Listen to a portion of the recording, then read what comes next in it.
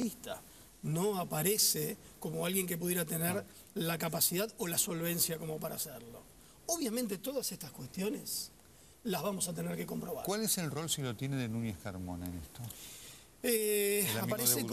Aparece como un aproximador de las relaciones entre Alejandro Paul van der Broel y los negocios. Es decir, un poco esto lo tenemos testimoniado en la causa, lo tenemos reunido, y bueno, vamos a ir avanzando, vamos a verificar toda esta cuestión.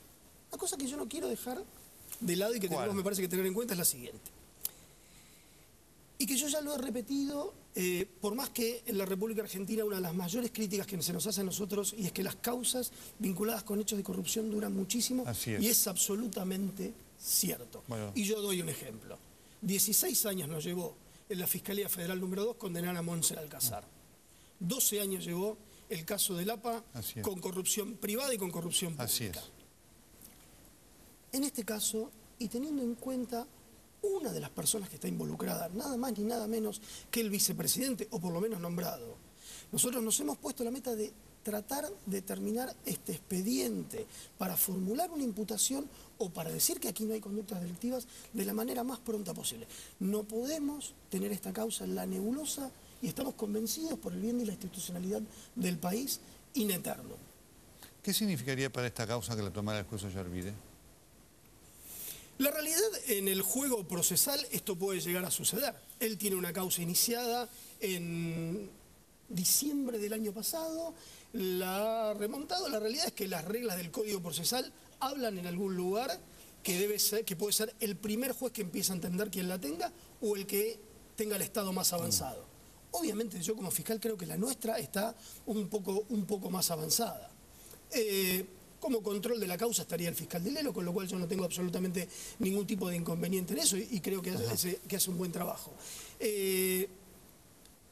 Me parece, y yo soy del criterio, que la causa no debería moverse del doctor Rafecas y de la fiscalía que yo tengo en mi cargo. Correcto. Ustedes, entre tantas denuncias está este hecho que este contrato, de concretarse, implicaría, o hubiera implicado, hasta ahora no se concretó, un pago de 30% más de lo que habitualmente podrían costar estos billetes. ¿Ustedes tienen algún elemento indiciario o es motivo también de investigación?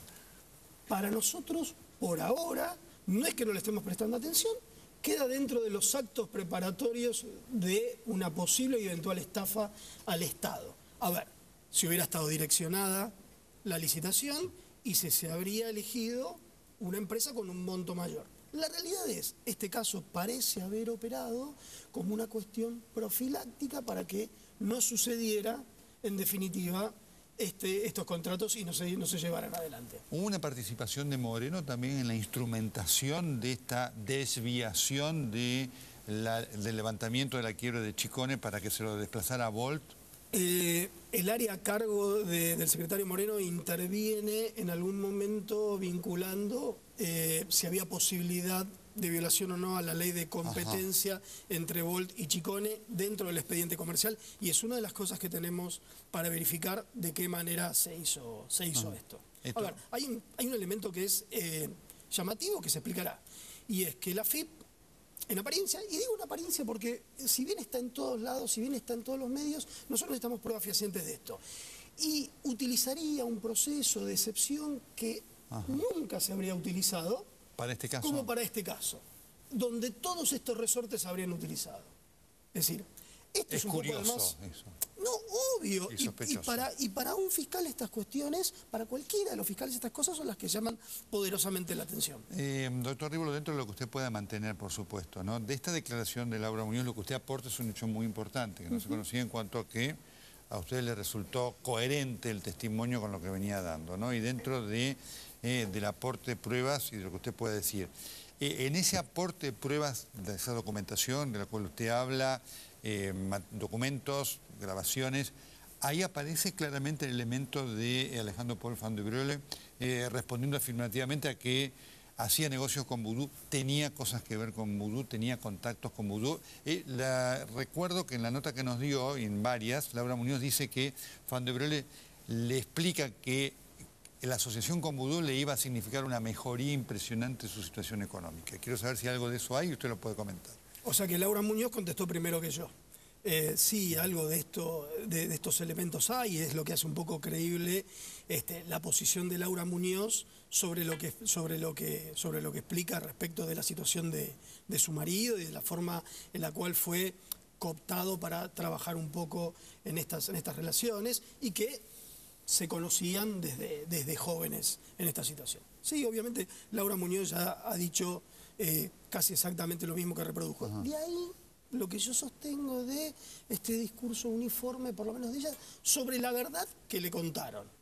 Laura Muñoz también es muy valiente en decir, yo no conozco al vicepresidente de la Nación, pero sí en contar las cosas que el marido le dijo y documentación que ha aportado y que tiene relación con lo que ella declaró. El elemento, digamos, que lo testimonial de contexto certifica que hay una relación entre Boudou y Van der Broel. Eso también Es importante, demostrado. sí, claro que sí, lo testimonia exactamente.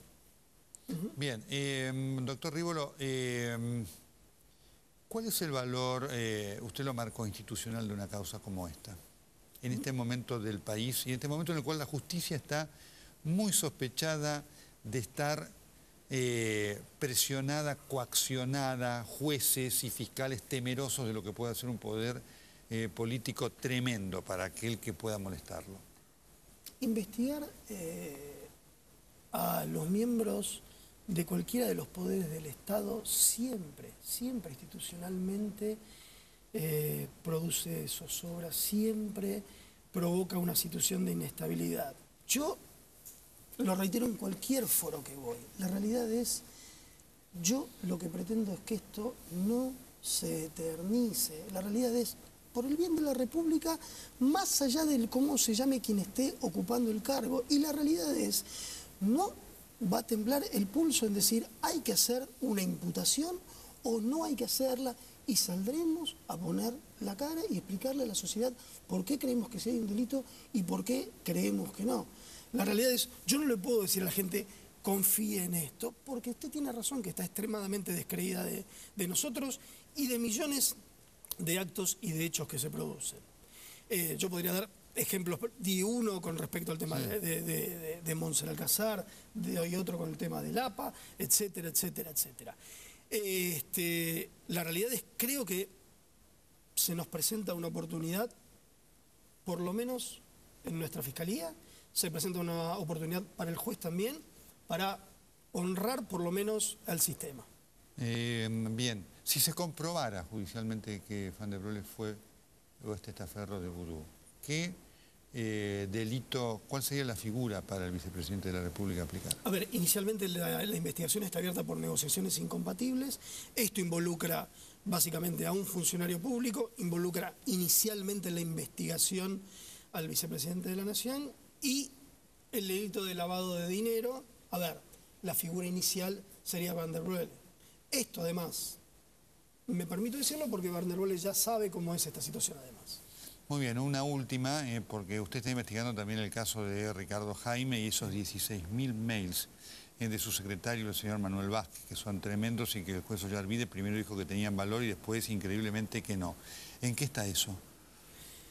Nosotros hemos apelado a la resolución esta mañana, tratando de ser lo más claros posibles en explicar que no ha habido ninguna violación a la cadena de custodia sobre la base del testimonio de la persona más experta en este país, que es el ingeniero Gustavo Pressman, en un sistema que se denomina EnCase, que determina que el campo de los mails, de los archivos de mails, como así algunos otros, pero lo que nos interesan son estos, no fueron violados.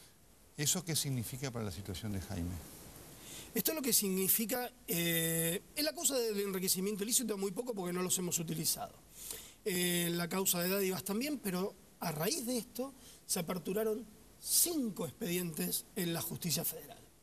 Y esto daría por tierra. Son 5 expedientes en los cuales se habla de cifras millonarias y que están vinculados en algunos casos con compras de vagones, con compras de subterráneo, con consultorías, es decir, todos casos de muchísimo dinero y que esos mails dan una punta de lanza y en algunos casos son casi determinantes para la comprobación de los delitos. Correcto, la última. Cirigliano era uno de los que le pagaba a Jaime. ¿Qué le pagaba? ¿La vivienda?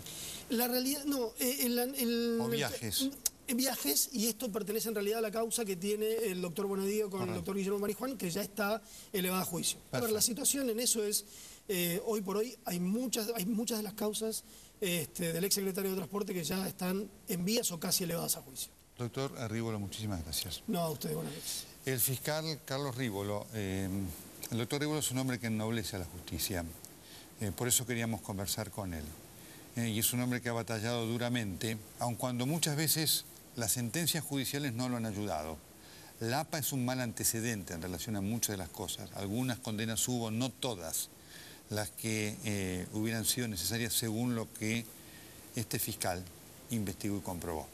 Por eso digo, es lo que pasa con la justicia en la República Argentina, y es Rívolo la garantía, hay algunos jueces que no. Y este es el problema que tenemos. Ya venimos con el tema ferroviario.